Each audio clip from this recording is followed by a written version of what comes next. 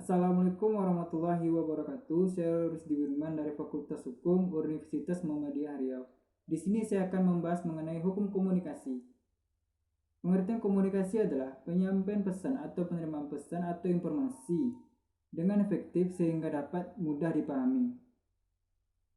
Komunikasi berasal dari bahasa Inggris, yaitu communication atau komunis yang memiliki makna atau pengertian yang sama. Tujuan dari komunikasi yang pertama itulah supaya yang disampaikan komunikator dan dapat dimengerti oleh komunikan. Agar dapat dimengerti oleh komunikan, maka komunikator perlu menjelaskan pesan utama dengan sejelas-jelas dan sedetail mungkin. Yang kedua, agar dapat memahami orang lain.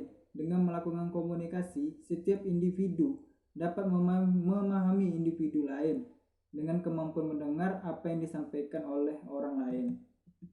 Yang ketiga,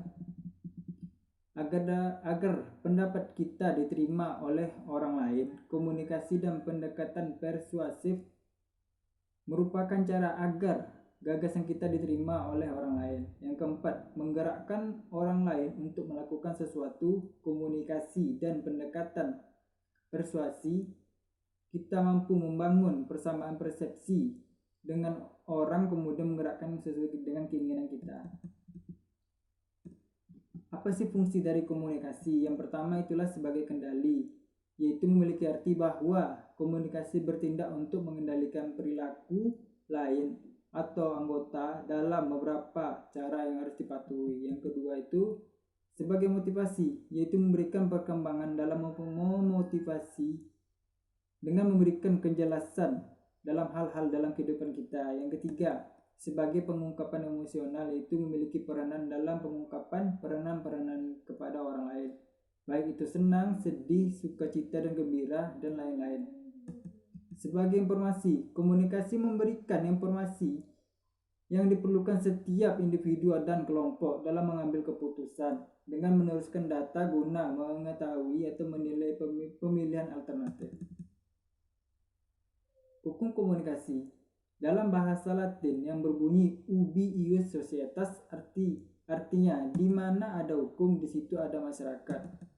Dalam konteks ilmu komunikasi ada proses penyampaian pesan antar manusia atau komunikasi. Kalau kita merujuk pada pengertian hukum berdasarkan etimologi bahasa tersebut, maka hukum dalam konteks ilmu komunikasi diartikan undang-undang atau peraturan yang dihasilkan dari proses musyawarah wakil rakyat yang ditujukan untuk mengatur proses penyampaian pesan antar manusia. Di sini kita merujuk pada undang-undang pers, undang-undang penyiaran, undang-undang perfilman dan lain-lain. Menurut Muis, hubungan antara komunikasi dan hukum menghasilkan dua pengertian, yaitu komunikasi hukum dan hukum komunikasi. Komunikasi hukum adalah mempelajari komunikasi dan hukum secara imperatif normatif. Dalam konteks ini undang-undang, peraturan, dan jurisprudensi adalah proses penyampaian pesan dan komunikasi informasi kepada masyarakat dengan tujuan memaksa atau perilaku tertentu sesuai kaidah hukum itu sendiri. Nah, hukum komunikasi adalah hukum yang mengatur kebebasan dan tanggung jawab antara manusia dalam proses penyampaian pesan baik secara langsung, non-media, atau secara tidak langsung dengan media cetak atau teknologi elektromagnetik atau telekomunikasi. Dalam hukum komunikasi terdapat 5 hukum komunikasi yang efektif. Yang pertama itu respek hukum adalah dalam mengembangkan komunikasi yang efektif adalah sikap menghargai setiap individu yang menjadi sasaran peran yang kita sampaikan. Yang kedua, empati adalah kemampuan kita untuk menempatkan diri kita pada situasi atau kondisi yang dihadapi oleh orang lain. Salah satu persyarat utama memiliki sifat empati adalah kemampuan kita untuk mendengarkan atau mengerti terlebih dahulu dan didengarkan atau dimengerti oleh orang lain. Yang ketiga, audible, yaitu dapat didengarkan atau dimengerti dengan baik. Jika empati berarti kita harus mendengarkan terlebih dahulu ataupun menerima umpan balik dengan baik. Maka audible berarti pesan yang kita sampaikan dapat diterima oleh orang lain. Yang selanjutnya, 4, clarity, yaitu pesan yang dimengerti dengan baik. Maka hukum keempat yang terkait dengan ini adalah kejelasan dari pesan itu sendiri sehingga tidak menimbulkan atau multi interpretasi yang bertafsirkan yang berlainan. Humble, yaitu hukum kelima yang membangun komunikasi yang efektif adalah sikap rendah hati. Contoh kasus hukum komunikasi itulah yang pertama, contoh pelanggaran hak kekayaan intelektual atau HKI atau HAKI. Semua informasi dalam sebuah media termasuk media sosial memiliki hak cipta dilindungi oleh prinsip-prinsip hak cipta. Semua informasi hak baik berupa berita, karya fotografi, karya tulis berupa puisi, cerita pendek dan tersebut diatur dalam perlindungan dalam Undang-Undang 19 tahun 2002 tentang hak cipta. Pasal tersebut menjadi dasar hukum etika dalam penggunaan media komunikasi di Indonesia. Contoh kasus pelanggaran HAKI misalnya ketika seorang pengguna Facebook mengupload atau mengambil gambar yang dari sebuah website lalu mengeditnya dan mengklaim sebagai hasil karyanya sendiri tanpa menyertakan sumber serta hak cipta dari pemilik asli tersebut.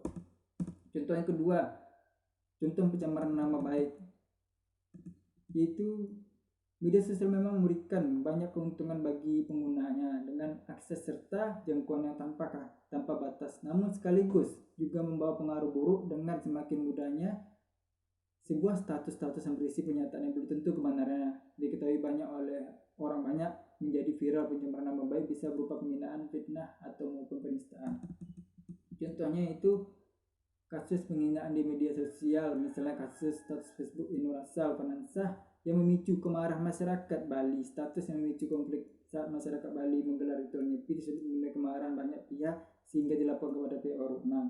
Yang kedua, contoh penangkapan Bagus Panji oleh Polres Banyuwangi pada Juni akibat ulahnya memposting status yang berisi penghinaan terhadap agama Islam serta Nabi Muhammad akibat rasa sakitnya hasil melihat pemberitaan razia perdagangan dilakukan Satpol PP di Serang, Banten.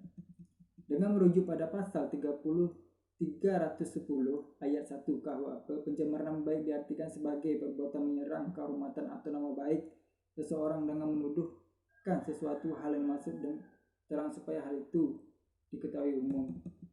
Pasal 27 ayat 3 Undang-Undang ITE, setiap orang dengan sengaja dan tanpa hak mendistribusikan atau mentransmisikan dan membuat dapat diakses informasi elektronik dan atau dokumen elektronik yang bermuatan penghinaan atau pencemaran nama baik.